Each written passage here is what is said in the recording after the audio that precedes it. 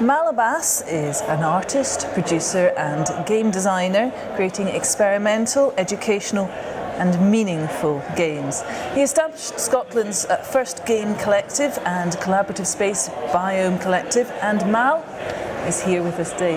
Now Mal, obviously this has collaboration at its heart. Why was that so important to you? I think games development in general is very, very collaborative as a process, and I think that's one of the things that drew me to games development in the first place. And I think we started the collective primarily because it allows us to be a lot more flexible when it comes to collaboration. When you set up a company, you tend to work within that structure. You bring people in. They're very internal. But I think with us, we realized we really love collaborating with people, not just within games, outside that kind of silo, from actors to theatre to dance, to different kind of creative skill sets, also to kind of scientists, etc. And by working as a collective, it really helps us to kind of facilitate those collaborations quite easily. I do wonder though, do you sometimes think, I wish this was less of a democracy? Oh, definitely. Because we were talking earlier about choosing the name of Biome. Yeah. So for us, because we are a collective, there's no hierarchy in place. Essentially, we're all kind of equal. For us to pick Biome Collective as a name was quite a process. It took over a year. But because we were a collective, it meant that for over 12 months, we had no official name, and we still functioned as a collective. We were just kind of known as the Dundee Games Collective, not an official name, but it kind of worked, so it was to our benefit as well. Tell us more about being based in Dundee. What is it that makes it so special? I think I've been in Dundee making games for the past 5 years, and it is definitely special in the sense that the scale of the city, it's because it's quite a small place. It leads to more collaboration, to kind of, again, not within just games, beyond that, but because Dundee has a heritage of games development going back to DMA Studios, who made Lemmings, etc. And because of Abbas University, so every year you get more and more graduates who specialize in games. So I think, the combination of heritage, new talent, and the scale of the city really makes it a wonderful place to work.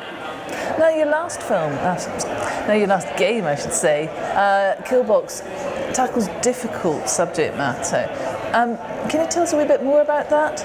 Yeah, definitely. So Killbox is an online game and art installation, all about drone warfare, and it provides two perspectives. As a pilot flying a drone, but also as a child in a village that's being targeted.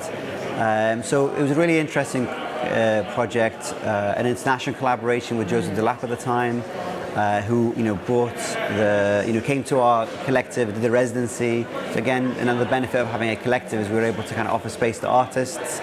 With the support of Creative Scotland, we created a piece of work that's actually responds to audiences. We toured it around the world throughout development, which meant that we tested it, various kind of exhibitions in Scotland, to the UK, and internationally, and we were always responding to the audience's needs. And the finished piece really was, such a culmination of all those activities. And we're very lucky that the moment is actually touring as part of the Politics and Games exhibition worldwide. I mean, it's a provocative piece. You must have been very aware of the sensitivities that a game about drone warfare would provoke. Oh, definitely, yeah. Especially when we took it to places where there were young people and children.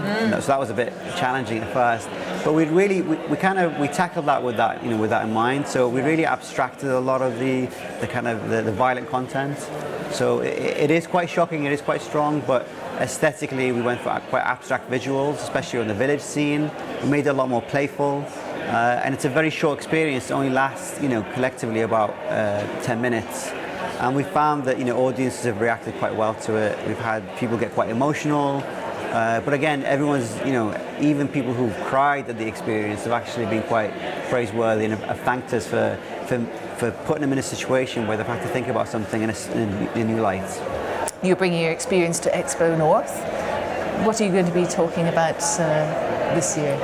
So I'm really excited to be at XpoNorth, to meet lots of amazing creative people from different sectors, and I'm taking part in a panel later today all about kind of, it's called gamification, or I like to kind of call it adding play to things. So the idea of making things interactive, making things playful, even when it could be something to do with drone warfare, using interaction and play to kind of explore things like that. So that's what I'll be kind of talking about today. Well, Mal, thank you very much for joining us. Thank you.